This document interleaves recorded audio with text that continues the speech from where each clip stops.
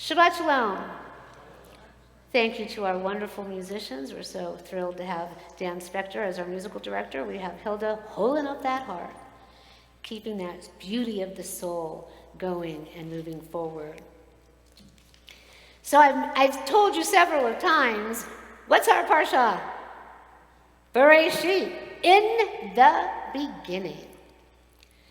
In the beginning, God separated the waters. We can see that when we look out at the horizon. We live here at the beach. You can see where the horizon line meets the ocean. I always think about that. God separated the waters, night from day, created all that we know, seen and unseen, and deemed it good. This world was good. What has happened? As it was in the past, in the beginning, so too is it now. Everything was tohu vavohu. Everything was chaos.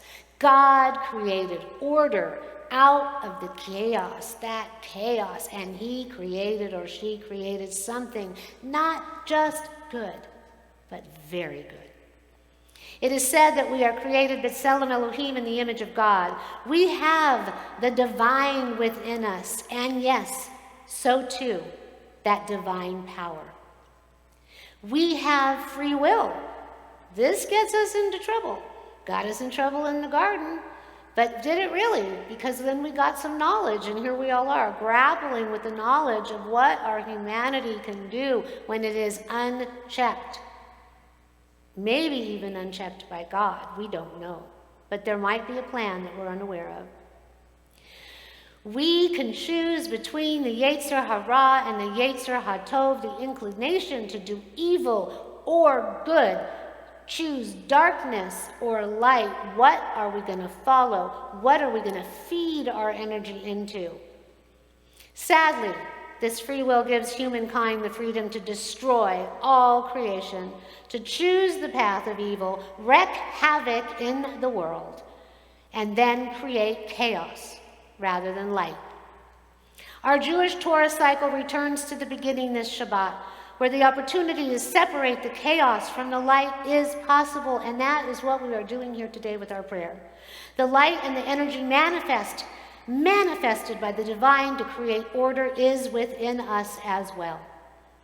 Coming here today, praying here or online, doing mitzvot, donating, showing up for Judaism, showing up for justice, showing up for Israel, and yes, showing up for God, while keeping our faith alive, flips the switch from darkness and turns on the light. We may not see it right away, but it is there, and our collective prayer matters. Our intention matters. Our mitzvot matters. Every time we choose to manifest light and goodness, guess what? We bring more light and goodness into the world. We are powerful, powerful conductors of light or darkness. The more pure, honest, good, and powerful we are, the more darkness tries to attack us like moths to a flame. The biblical character Job felt constantly under attack, as did Noah, and yes, even Moses. So why should it be any different for any of us? We sing at High Holy Days that the light will be sowed for the righteous. That light is the gift for overcoming all odds, for staying the course and not losing faith. Next Shabbat is Parsha Noach. Our world was wiped out, but Noah was the one individual deemed worthy to save the entire human race and all creatures great and small. However, even he had his demons and his challenges. We are facing one of the most horrific times in world and Judaic history. We are all, make no mistake, we are all writing the story now. What will be said of us 50 years from now? What will be said of us about what is going on right now? Many feel which is why we're going to read from the Holocaust Torah that we have. Many feel that without the Holocaust, there would be no state of Israel. What will be the outcome of this war as it plays out upon the world stage? Just as COVID united us as one humanity, may this bring us back together again. Somehow, people have lost their way. We are not all right. Do you feel all right? Do you think the people out there that you come up against at times are truly all right? It's okay to say it. We don't have to put that stiff upper lip and, trudge through. We can say, I'm not all right. We aren't all right. We can acknowledge it and we can own it. The only way to get healthy is to acknowledge our brokenness as one collective humanity, because we are not all right. There is no shame in saying it. There is no shame in feeling it. There is no shame in being angry about it. Putting it out there invites the possibility for the action that we speak of, for redemption and renewal. God needs a victory. Israel needs a victory. We need a victory. Humanity needs a victory. And Israel, more than anything, they're out there fighting for a victory for not just themselves, but our entire world, as Ukraine has said over and over again. We are not all right. Israel isn't all right, but yes, we have to acknowledge we are part of them. We are connected. So guess what? Neither are we, because we are one. Inextricable halves of the same mitzvah heart. You know those little hearts? Us in the diaspora, Israel, one heart, one soul. We must do the work to be all right, and we must do it b'yachad, together, yad b'yad, hand in hand. Coming here to pray, offering support, standing up and saying never again and meaning it, the world, as we have done so many times over the decades, praying that yes, this time will be the last. As we reflect upon the beginning of creation and the gift of life and this beautiful, beautiful world that we have been given, let us vow to be kinder, more empathetic, more compassionate, because we are not all right. We could be next. Hamas seized the opportunity in the cracks of dissent and division, recognizing that Israel was not all right. This created the opening they needed to march through undetected. And yes, we here face the same vulnerability. We are not all right. We know terrorism. Our country has been attacked before. And we're going to watch a presentation in a moment from the mayor of New York. We know what it is to survive, not just as a Jewish people, but as American people. And the Israelis do too. But what about COVID? COVID united us. That was the one bizarre gift of COVID. It wasn't us, you, we, them, us over here, them over there. It was one global humanity. People since then seem to have forgotten so quickly. They're out there fighting on airplanes. They're out there making all kinds of trouble in the streets. People are out there waging war when what we should be doing is loving one another, letting us know that we have to go from this Shabbat and beyond mindful that the person walking beside us may not be all right. Everybody is touched by this. We could be in the market. We could be on the street. We could be in the line at Starbucks. Yeah, we might actually, some of our people have called us. They're on a vacation, feeling guilty. They're going on a vacation. You don't know the person you run into that might be giving you a moment of grief might not be all right because they don't know where a loved one is. They lost someone. We don't know what's going on in somebody's house, the home in their own soul. Let us be more accepting of the other and know that there is no other. There isn't. We are all in this together. We all share this world that we celebrate in Bereishit together, because this world is not just good, but very good, and so are we. If we want to survive as one humanity, brothers and sisters sharing this planet that we call home, we need to stop the rivalry and embrace the love. The love that is inherent and created within us from the very beginning. Next week, we said is Parsha Noach. Let us recognize that the boat that we all share is really quite small. There is less than 6 degrees of separation dividing us and guiding us.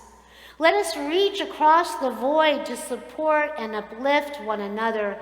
As it was in the beginning, so too can it be again. Ken Yehi Ratzon, may it be God's will. Shabbat Shalom. Hello, everybody out there in cyberspace land. Get prepared for the video. So what this is, someone said to me, why are you showing a video of the mayor of New York? Well, the mayor of Torrance happens to be in Japan. I think the whole city council is there.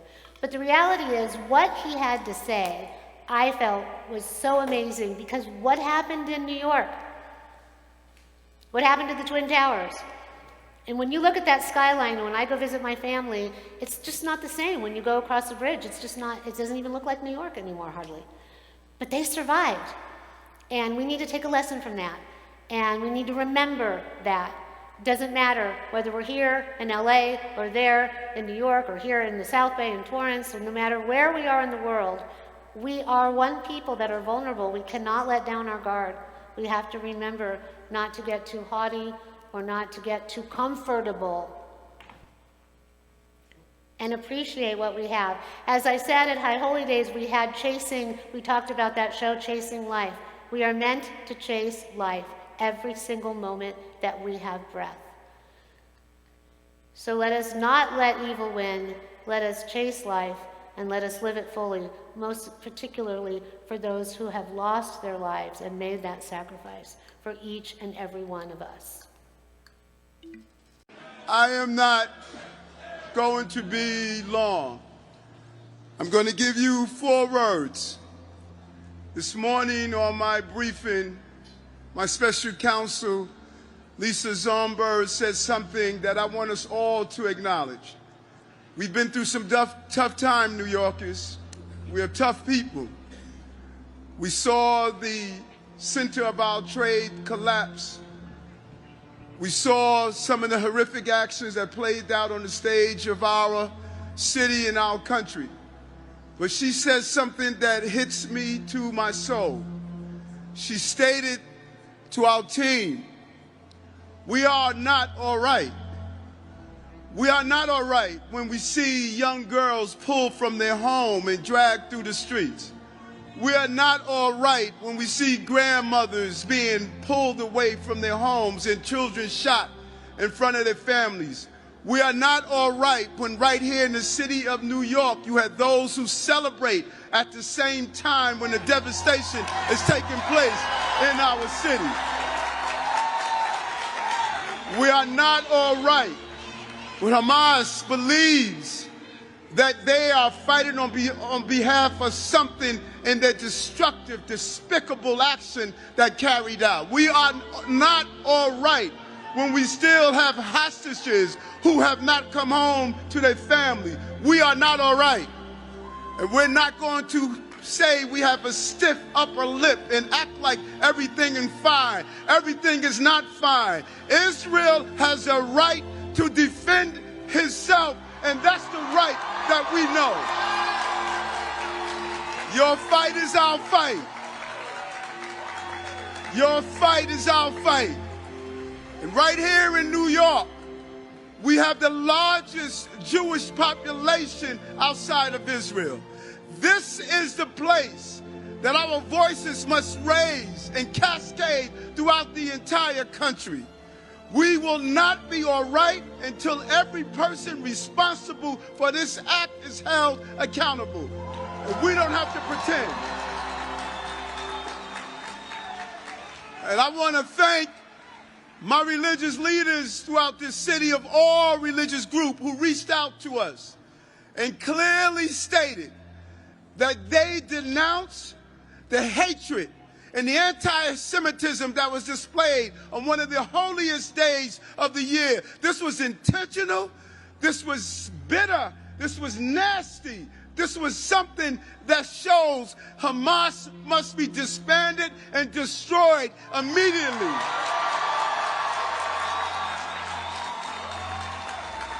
And so I say to you, I'm not here because I'm your mayor. I've been in Israel as a state senator. I protected the community of this city in general, but specifically the Jewish community as a police officer. I stood with you as borough president. And now I'm here today to say not only am I the chief executive of this city, but I'm your brother. I'm your brother. Your fight is my fight. That swastika not only displays the pain of anti-Semitism, it displays the pain of racism among African Americans. You marched with us with Dr. King. You stood with us with all the fights we have. And I'm saying we're going to stand with you and stay united together. And we don't have to be all right. We should be angry at what we saw. Thank you, Israel.